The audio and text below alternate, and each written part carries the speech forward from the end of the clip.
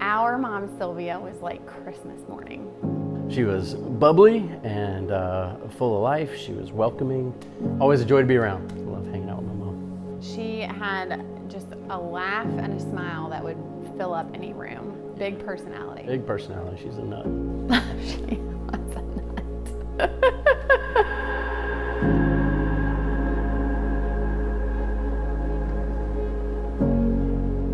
It was pretty devastating after the accident. Felt like a movie scene, where I got the call literally at midnight from a family member. To come over and share it with my sister was just gut-wrenching to have to do that. The hardest part has been not only feeling the loss of the inability to reach out for advice, all of the things that I envisioned being able to do that we can't do now. And I remember to this day, it was raining 4 o'clock in the morning when I'm driving home from her house. And I had left a message about a brief overview of the circumstances and asked for a return call. And to my surprise, while I was driving home, he called me back at 4:30 in the morning. I felt completely at ease after that initial phone call, and frankly, I didn't have a need to call anybody else. Although we were in North Carolina and the firm is in Oklahoma, the distance was never a barrier for us. We could always reach him via text, always available, always responding.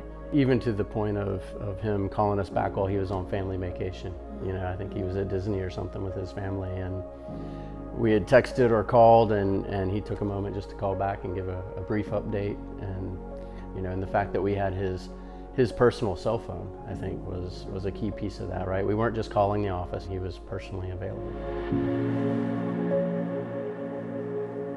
The empathy and the kindness and the understanding that we weren't just talking about a car accident, we were in fact talking about the loss of our mother. And one thing that I recall both Luke and Kelly repeating to us many times throughout the process was, we're talking about an accident and we're talking about the facts of a case. What we never want to get lost, or what we don't want to get lost, is your mom. That was always reassuring to me.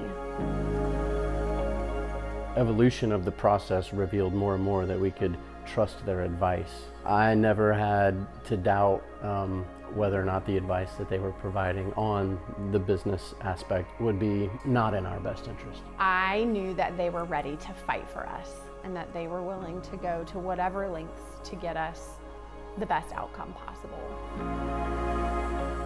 Grief is never ending, but there was an element of grief that was lightened, that our case had not only been closed, but it had been won. Regardless of the settlement outcome, no matter what it had been, I feel like I would have gained kind of a friend for life. Somebody I could call and ask questions. He was transparent, honest, upfront about all of the details, set our expectations appropriately, followed through on every single thing he said he would do. So if someone was hesitant to work with someone outside of their home state, I would say trust your gut. When you speak with an attorney and provide details about this scenario, you'll know if they're going to fight for you. If someone else was dealing with a similar circumstance or the same situation as what we found ourselves in, I could not recommend Abel Law Firm enough. They're kind, they're empathetic, they're transparent, they're honest and trustworthy, and they fought for us.